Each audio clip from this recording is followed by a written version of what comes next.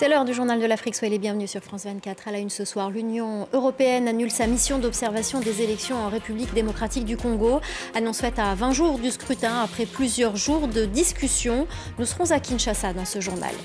Cette saisie record de cocaïne au Sénégal, 3 tonnes ont été trouvées dans un navire intercepté par la marine sénégalaise. Les côtes ouest africaines deviennent depuis quelques années une zone de transit pour cette drogue à destination de l'Europe.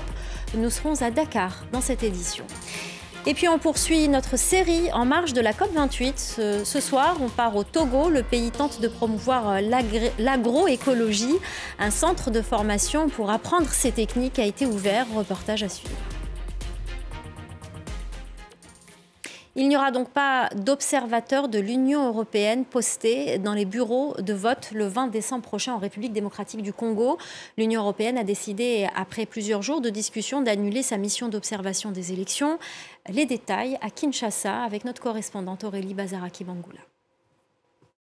Les observateurs de l'Union européenne ne se déploieront pas en République démocratique du Congo. L'annonce a été faite à travers un bref communiqué qui justifie l'annulation de cette mission par, je cite, des contraintes techniques échappant au contrôle de l'Union européenne. Alors, selon plusieurs sources diplomatiques, les autorités congolaises n'auraient pas donné leur feu vert à la mission qui souhaitait importer du matériel de communication. Il s'agit notamment de téléphones satellitaires. Le vice-premier ministre de l'Intérieur, Peter Kazadi, a affirmé à nos confrères de RFI qu'il n'avait été saisi de la situation que lundi. Alors, une première équipe d'une quarantaine d'observateurs déjà arrivés à Kinshasa aurait dû se déployer vendredi à l'invitation du ministère congolais des Affaires étrangères. L'Union européenne précise cependant que la possibilité de maintenir une mission d'experts électoraux à Kinshasa est à l'étude avec les autorités congolaises. Alors, pour l'opposition, ce revirement représente un mauvais signal alors qu'elle estime déjà que le processus électoral manque de transparence. Il y a 6 mois, l'Organisation internationale de la francophonie avait renoncé à auditer le fichier électoral. L'absence d'observateurs de l'Union européenne n'empêche pas les 26 candidats de battre campagne. Ils souhaitent convaincre les quelques 44 millions d'électeurs. Sauf que certains ne voteront pas. De nombreux Congolais originaires de plusieurs territoires du Nord Kivu n'ont pas pu être enrôlés en raison de l'insécurité. Des habitants qui se sentent plus que jamais abandonnés. Reportage d'Aurélie Bazaraki-Bangoula. Bassine vissée sur la tête, Emrance s'est improvisée vendeuse de piments depuis qu'elle a fui les affrontements entre l'armée congolaise et le M23. Avec 4 000 francs de bénéfices, je ne sais pas si je vais pouvoir nourrir mes enfants. Avec ses 2 enfants, elle survit au camp de Kanyaru-Chinya en périphérie de Goma. Un quotidien difficile, bien loin de l'effervescence de la campagne électorale. Emrance ne votera pas à l'élection présidentielle du 20 décembre. À Tongo, sa cité d'origine, la commission électorale n'a pas pu enrôler les électeurs à cause des affrontements. Je suis triste de ne pas pouvoir voter, mais nous sommes en guerre et nous souffrons. Alors pourquoi voter? Avant tout, ils doivent nous défendre, qu'on retrouve la paix pour rentrer chez nous. Là, on pourra voter. Au total, les habitants de 3 territoires ne pourront pas voter. Massissi et Rutshuru dans l'est du pays et Kwamut dans l'ouest. Selon plusieurs estimations, cela représente près de 1,5 million de citoyens. La commission électorale affirme qu'avec ce contexte d'insécurité, il était impossible d'y déployer les machines d'enrôlement des électeurs. L'enrôlement avait même commencé dans les territoires de Massissi. Mais c'est lorsque ça a commencé à tirer que la CENI a dû retirer à la fois et le personnel et le matériel et préserver ainsi les électeurs. Lors de l'élection de 2018 déjà, certaines zones de l'Est du pays n'avaient pas pu voter.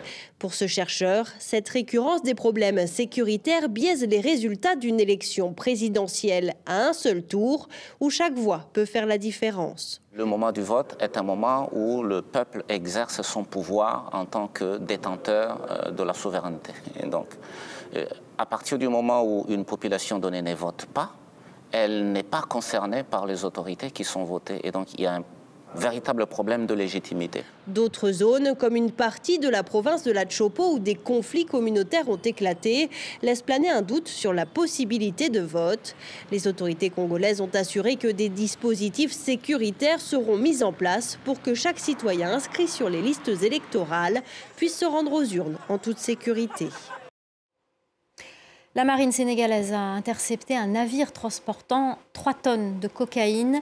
Ces dernières années, les saisies se sont multipliées le long des côtes ouest-africaines. Selon l'ONU, depuis 2019, la région est une zone de transit pour cette drogue en provenance d'Amérique du Sud et destinée à l'Europe. La correspondance de Sarah Sakou.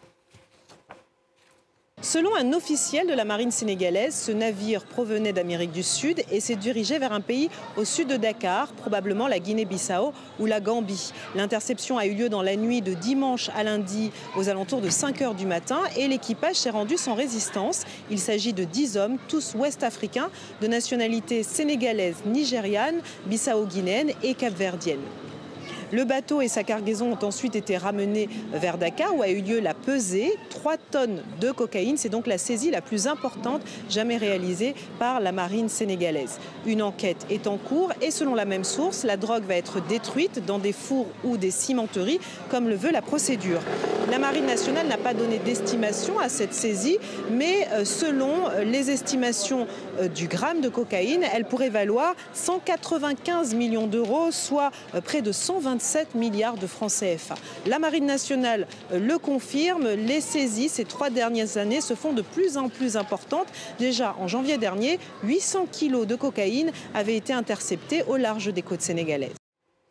Et on poursuit notre série en marge de la COP28. Ce soir, je vous emmène au Togo où l'agroécologie a le vent en poupe. Un couple a mis en place un centre de formation et un éco-village où l'on transmet les techniques de cette pratique. Des étudiants, des femmes et des hommes paysans sont formés à cultiver autrement pour résister au choc. Reportage d'Emmanuel Sodji et Raphaël Ntali. Dans ce cours pratique, on apprend aux futurs diplômés à produire du riz quand la saison des pluies est plus courte en raison du changement climatique. Nous sommes au SIDAP, un centre de formation situé dans le nord du Togo, sur une vingtaine d'hectares. Les jeunes y étudient les pratiques agroécologiques et les techniques traditionnelles de conservation des eaux et du sol. La plus petite quantité d'eau de pluie qui tombe est maîtrisée sur place et alimente suffisamment le riz. Le SIDAP a formé plus de 10 000 personnes en 40 ans. Sa spécificité, des matières qui tiennent compte du climat que l'on ne retrouve nulle part ailleurs dans les filières agricoles au Togo. Le SIDAP a intégré l'agrométéorologie dans son cycle de formation pour que ça soit un aspect important qui oriente les jeunes pour comprendre le climat. Le premier point, c'est que les gens soient conscients qu'il y a un changement.